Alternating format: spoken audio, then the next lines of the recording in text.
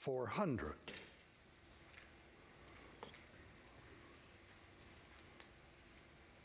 I said, well, let's consider that.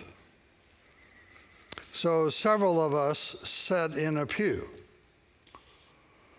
And the architect had told them the pew would seat 10 people. And actually, in today's sizes, it's 8.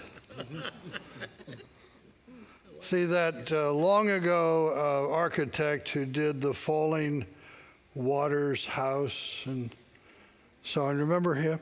He actually also built furniture. He was a small person. All his furniture fits him. Well, this 10 really is 8. It was at Lovers Lane that I discovered the formula called uncomfortably crowded, comfortably filled, comfortably empty, uncomfortably empty. And back then, if it would shoulder to shoulder actually seat 8 people, not 10, it was comfortably filled at 80%. So about 6. Now, in our time, it's not so much a matter of size as it is space.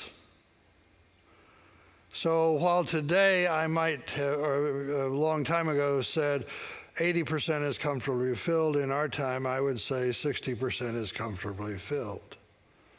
And they were lamenting that their sanctuary felt empty. Well, 400, no, it's really not that. They were averaging about 280, and for today's life, that was comfortably filled. Sanctuaries will do better than that on Christmas Eve and Easter, and maybe 8 or 10 other Sundays, but mostly sanctuaries reach a comfortably filled level, and that's where they stay. Well, the solution is we could have funds starting 1, 2, 3 other service of worship so that we're not locked into 1 or 2 services only. Understand, that's what you all have done. That's well done. Now, on the first sheet, 4 futures for congregations. I think the future is to have, quote, 15 worshiping congregations, all of which are small, strong. Or 2 or 3 of them could be large regional. We might have 5 streaming congregations at some point in the future.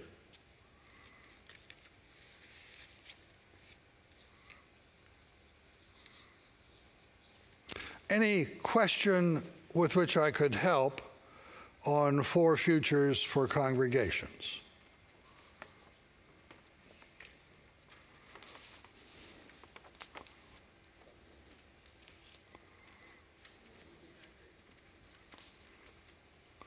Now, a word on motives for living.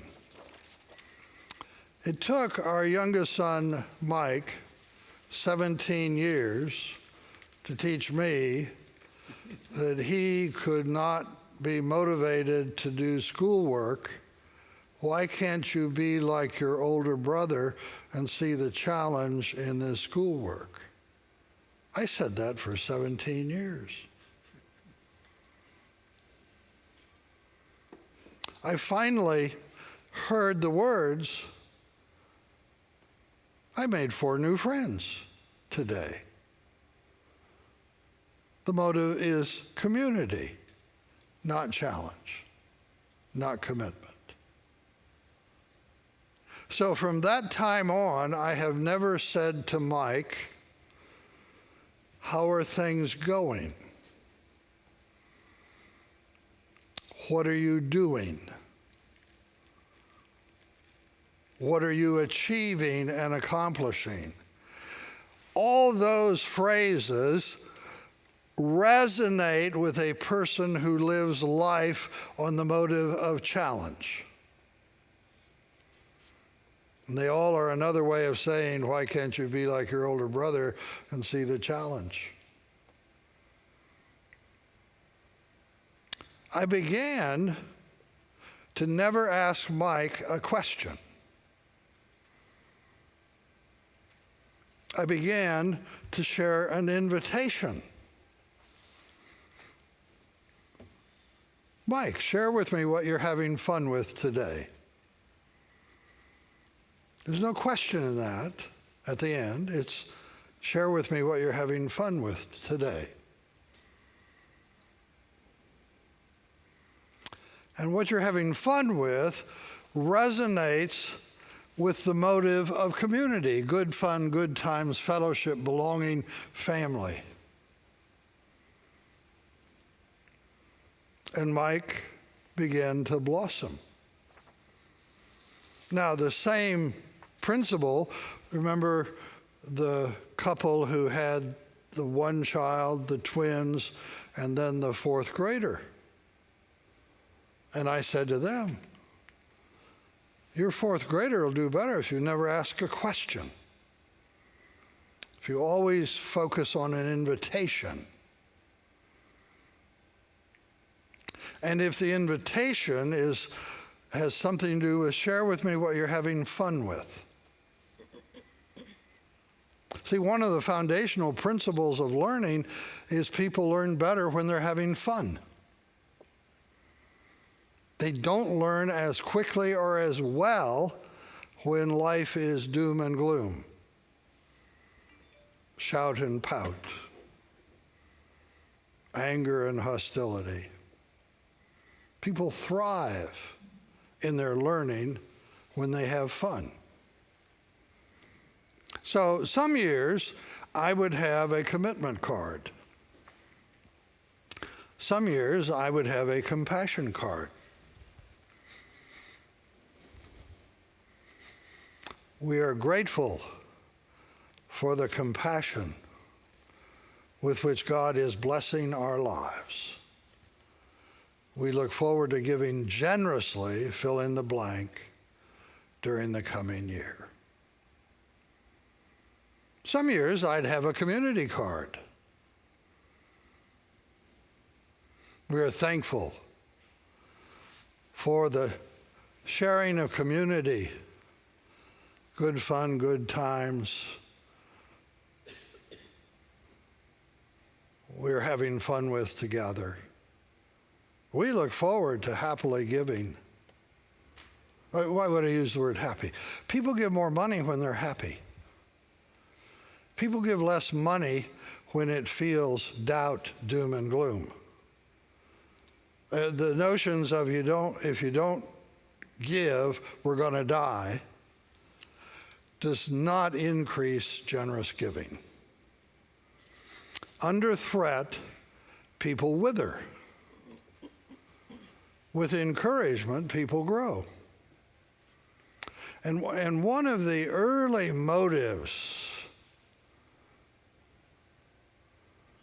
was hope. One of the early motives was gifts.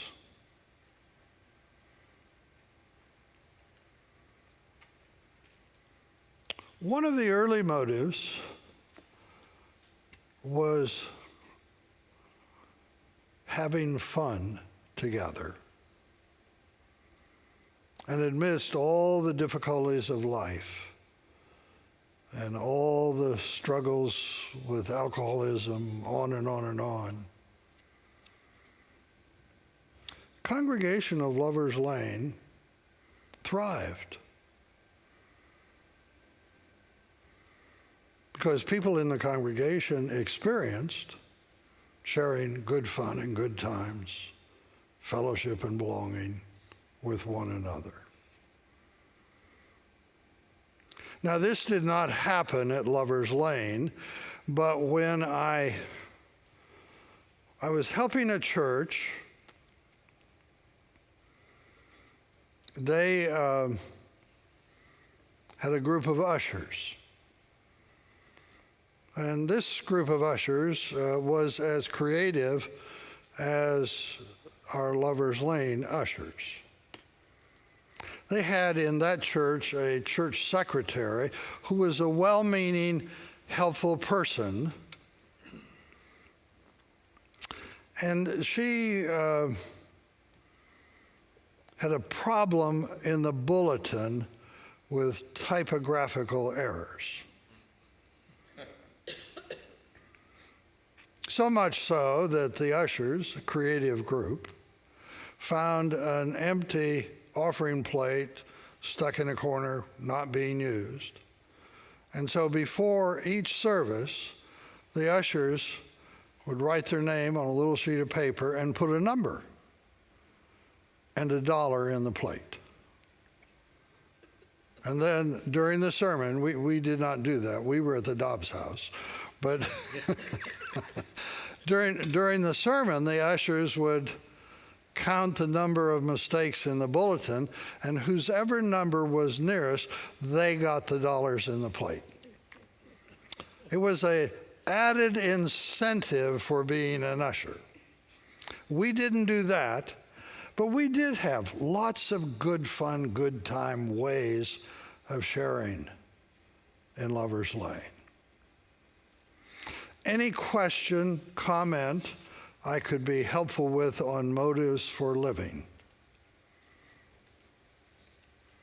Ken, just a word about how we have done financial giving here, and maybe you can kind of shed some light on why this works for us. But several years ago, we kind of looked at the fact that we have both that committed kind of driver and also the younger folk too, and we did what we were told not to do in seminary, and that was we encouraged people to designate their giving. We called it heartbursts. Yeah. And so, and you saw a good example of that in that newsletter yesterday, how our contributions, our committed contributions are about $200,000 short, and our contributions to the Heartburst Ministries are about $250,000 above what was last year. And it just seems like for us, and also those Heartburst giving, 30% of that goes back to the general budget. So there is a sense in which they feel good, the people who make Heartburst gifts feel good about the fact that they're also supporting the budget, but they also feel good that they're supporting the ministry that touches them the most or their family the most. What you have most helpfully done with Heartburst giving is sort of adapted major project giving. So, yeah. And people give to people pictures. People give to people projects. And so Heartburst giving, in a way, is a collection of major projects. Excellent sprinters will give extraordinarily well here, spontaneous and enduring gifts. They're not as drawn to, quote, annual giving. Right. And see, what I want you to know, you already know, harvest cultures never had a focus on annual giving. There was never any make a pledge weekly or monthly. For centuries, the pledge was at the time of the harvest. And there is a sense in which major project is sort of like mini harvest giving. And with a high density of excellent sprinters, we'll do very well there. I really liked what you said too about it's important to count the numbers of people who are giving rather than the numbers of people who are pledging, because, you know, we've seen the number of Yes. people who are making gifts, you know, even if it's $25 or $50, or even more significant, go up, whereas our pledges have been fairly stagnant. We don't even base the budget really on pledges. We base it on giving. But, Yeah. but Yeah. we still hang on to that annual, you know, stewardship, because there's some people, I think, who are driven by that, but not Yes. a decreasing number of people, I would say. Yes, it is a decreasing number, and that's fine. What is increasing are these groups of givers. Yes. And the only reason they don't give is we don't ask. I mean, constituents, actually, most constituents think of themselves as members, informal members. They participate, they're members. Persons served in mission whom we have directly helped in the recent 5 years, if we were to have some major project, maybe related to our 75th anniversary or whatever, and we had Mrs. Ida Mae Stratton as the leader, we do very well there. Say.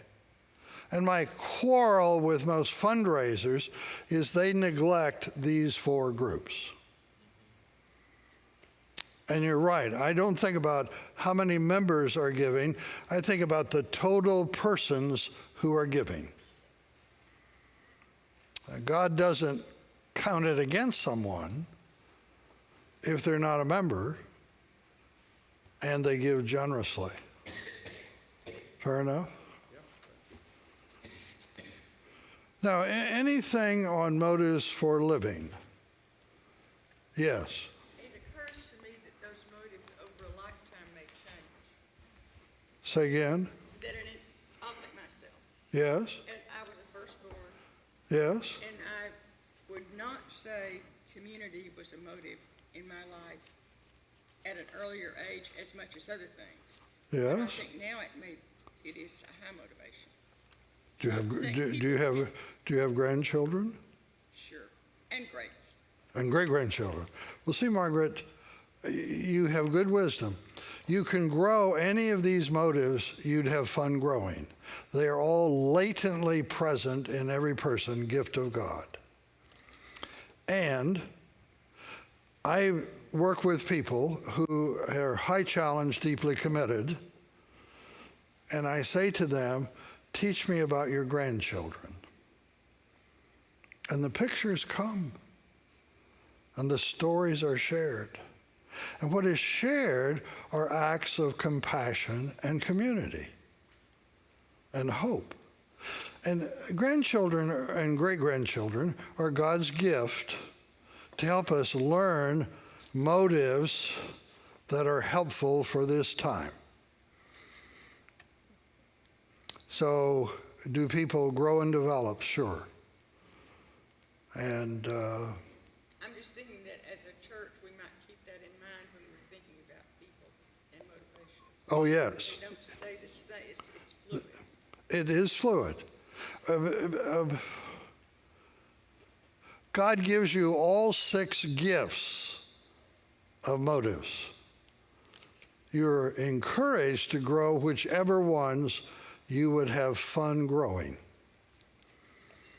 Now, Julie and I have learned the old saying that if we knew how much fun grandchildren were going to be, we'd have had them first.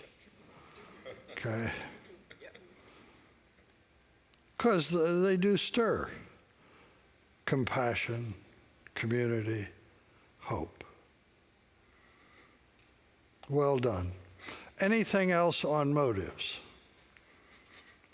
Anything related to new sources for generous giving? Yes. Yeah, there's one thing you talked about earlier that I cannot get off my mind. You said, you've mentioned it 2 or 3 times, Easter and Christmas Eve are huge Yeah. major Sundays. or, you know, major Yes. days, especially with money, with fundraising. You said try and have as many as 10 of those. Well, first of all, what do you consider to be major Sundays? Would you include Mother's and Father's Day? And how do you just create major Sundays if you don't have them already? If we were in Indiana, think about Indiana, we would have a major community Sunday that launches the basketball season. Because Indiana is basketball. I mean, the culture is. And we would gather all the coaches and all the teams and all the parents and grandparents for that major community Sunday. And we would launch with blessings this season. We could do that with football. Now, if we are in, Nebraska, and we are a church in Lincoln, Nebraska, we would have a major community Sunday that launches the college football season. Because in Nebraska, all fall, every weekend, all of Nebraska is in Lincoln for the game. It's not that I'm, quote, honoring sport. What I'm honoring is what is a major dynamic in the culture. Now, in the early years, we used to have a major community Sunday that launched the fishing fleet. It was headed out. Not everybody would come back. We used to, in the early years, have a major Sunday that launched the blessing of the planting, the blessing of the harvest. What we were doing in the first century, we fortunately had not yet created enough church Sundays. What we could only do was major, quote, community Sundays. Did you see it?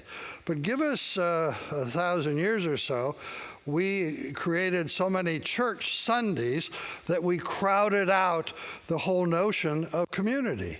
And by community, I mean everybody around us. Give or take, in most communities in our time, 60% of the population are community people and are not churched. Now, if I'm in Los Angeles, it's 90%. Oh, if I'm in Georgia, it's 50%. I mean, we live on one of the richest mission fields on the planet. So you look at what are the community events that touch people's lives, and I could do Christmas Eve and Easter, and then I could figure out for 2019 3 more. I mean, I don't have to have 10. I could do those 2 and 3 more. I'd do 5. Do you see it? Now, we had in, maybe it was Austin, Texas.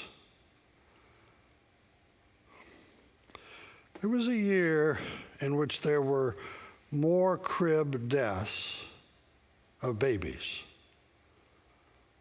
than ever before. And we invited the whole community to gather for a Sunday of worship to help with the grieving of the loss of all those crib babies and parents and grandparents.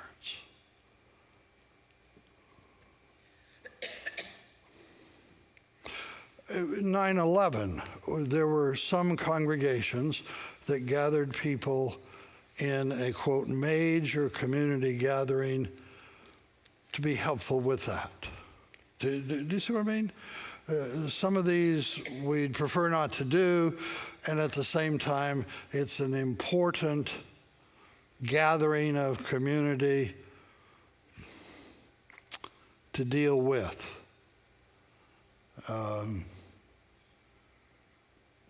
the human hurt and hope, the crisis and the tragedy. I am honoring that Christmas Eve and Easter continue to be major, quote, events in most communities. It's not accidental that people come on Easter. There is the longing for hope. And Easter is the symbol of hope. Now, the reason they don't come back till Christmas Eve is because we say to them, we're glad you have been with us on Easter. We'll say goodbye until we see you next Christmas Eve. It's not known as positive reinforcement. And sure enough, they don't come back till then. If you were to do Christmas Eve and Easter and 3 more, that's 5. That also gifts to you what I call the spillover Sundays. If you were to do Easter well, you also get Palm Sunday and the Sunday after. So every major community Sunday you do gets you 2 more. So if you were to do 5 in 2019 in extraordinary ways, you will also get another 10 without even trying. And the way you grow worship in our time is in excellent sprinter approaches to worship. That's what major community Sundays really deliver. There are people who find their way to 10 major community Sundays and the 20 on either side, and 10 and 20 is 30. And I am very much at peace with people who worship not 30 Sundays in a row. What they do is they worship this one and the 2 on either side. They do 30 excellent sprints. I never say to people, we look forward to seeing you every Sunday. That hangs a sign out front saying no room in the inn for excellent sprinters. We wouldn't do that with our grandchildren. We do sprinting events with our grandchildren and our great-grandchildren. So what I'm pointing you to is, will they be there every Sunday? No, they weren't there every Sunday in the first century. This is a mission time. People are learning their way to the Christian life. And excellent sprinters do it this sprint, this sprint, this sprint, and they'll be there 30 out of 52, and they'll do 30 excellent sprints. And I hardly ever use any language that sounds like solid marathon runner language in our time. Do you understand what Game Boys are? They're excellent sprints. I mean, they move swiftly, quickly, and sprinters thrive. I play chess. And as time has gone along, I play chess quickly these days because I have learned. If I would like my grandchildren to play chess, we'll play quickly.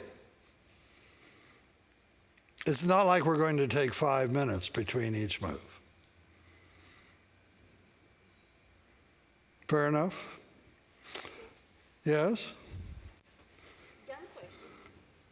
But those of us who are seniors, who have been churchgoers, pledgers, etc., for a long period of time, don't understand the sprinter mentality of grouping now. What has research been done to show what has happened to change us from the long to the sprinter? Yes. The Great War, in which Julie's dad fought in France, was a solid marathon runner war. We were in those trenches for years.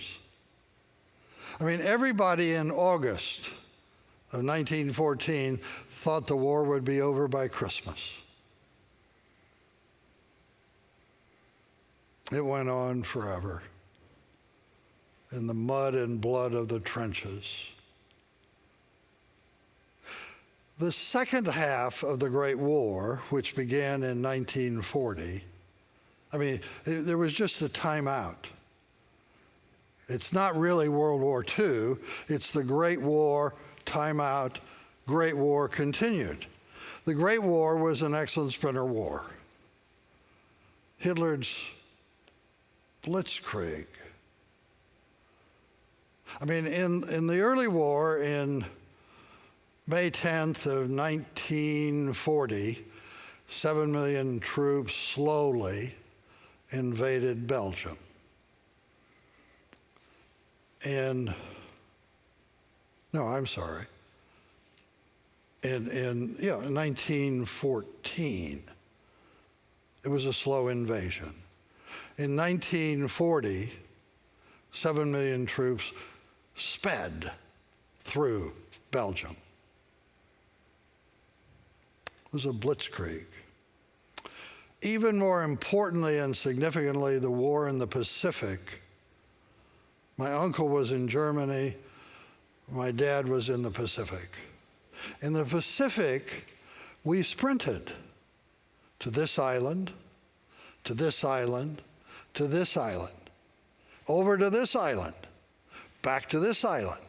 The war in the Pacific was a sprinter war, and we learned a sprinter pattern of behavior from 1940 to 1945.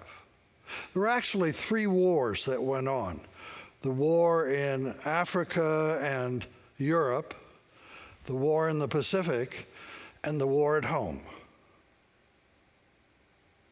Women in factories built, 200,000 submarines and 500,000 planes and 1 million tanks and destroyers. I mean, in those factories, we're sprinting.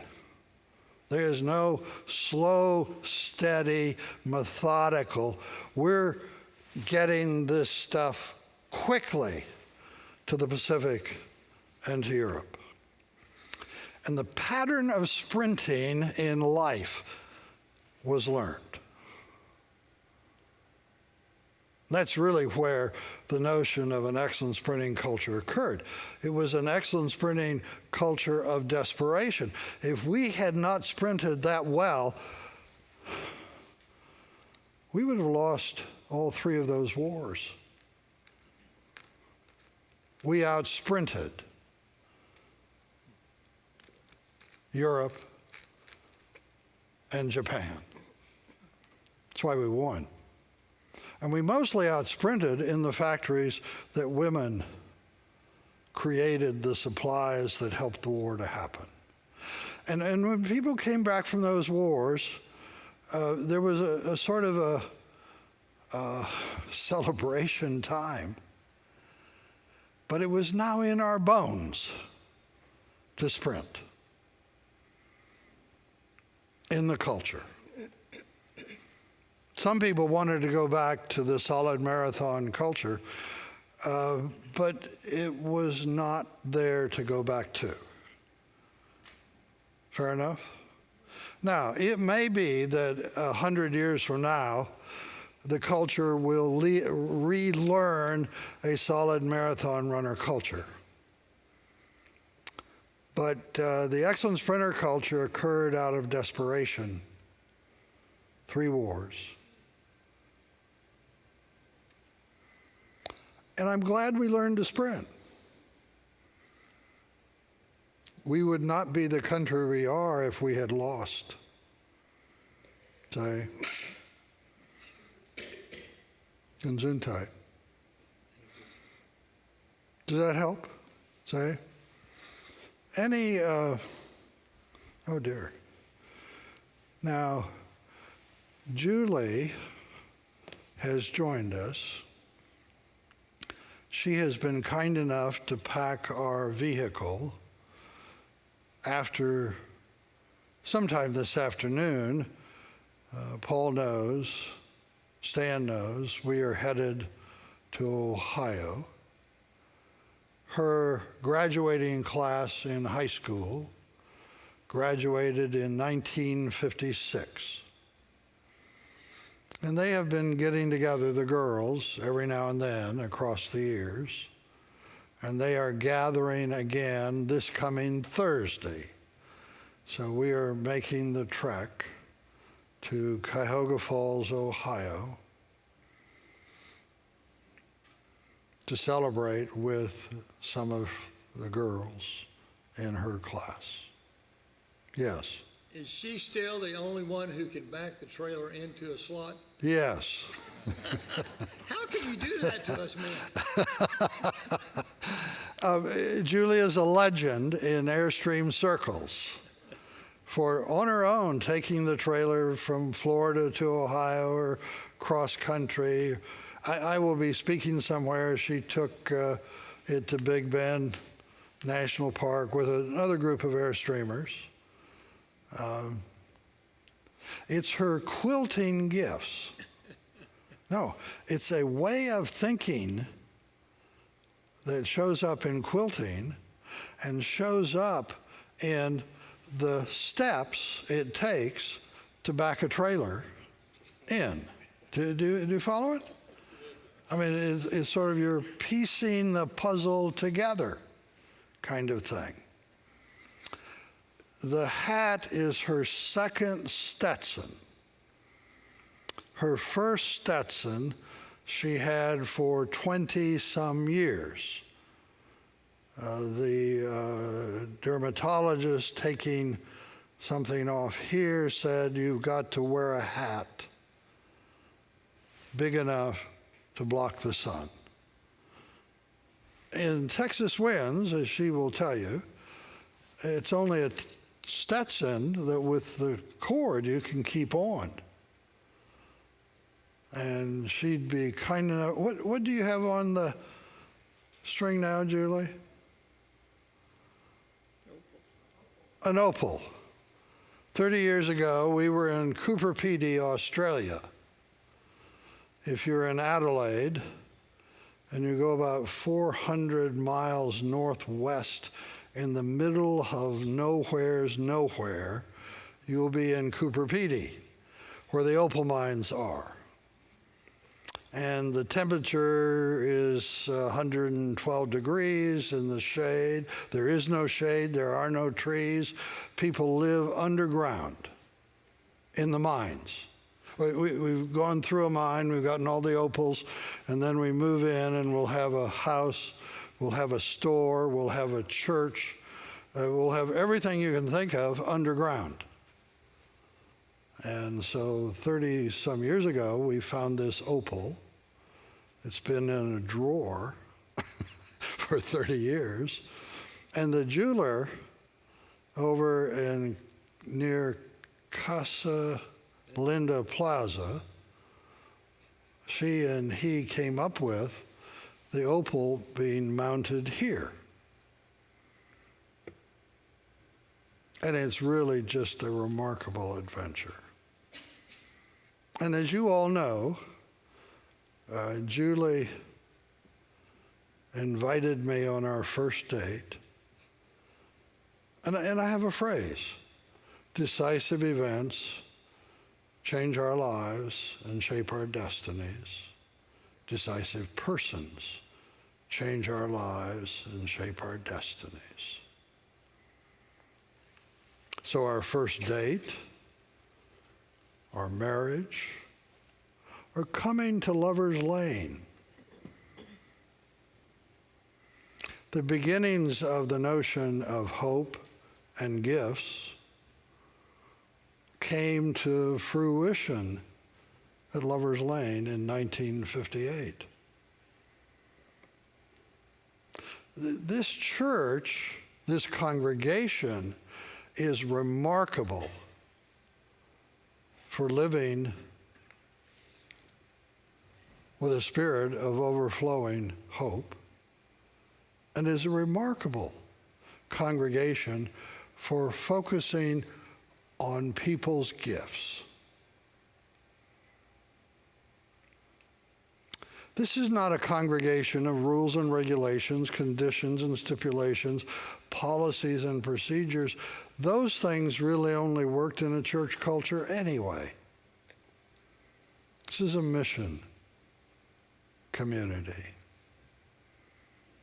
And God is blessing Lovers Lane for hope and gifts. Julie, would you like to share a word before we have our closing prayer? Great line. Say again? I said, it's a great line. It is. It is. Now, before we pray, share a word of thank you with your team partner for being a happy team partner.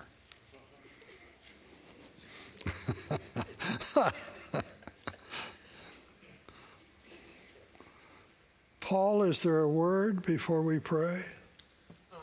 Couple things. We've been live streaming all of the events, which means we'll probably have them on both the church and the foundation website, probably by tomorrow. So I'll be sending out an email blast with helpful links to get to those if you want to go back and watch a part that you didn't see, or if you want to watch a part that you did see but you didn't see at the beginning. We're very grateful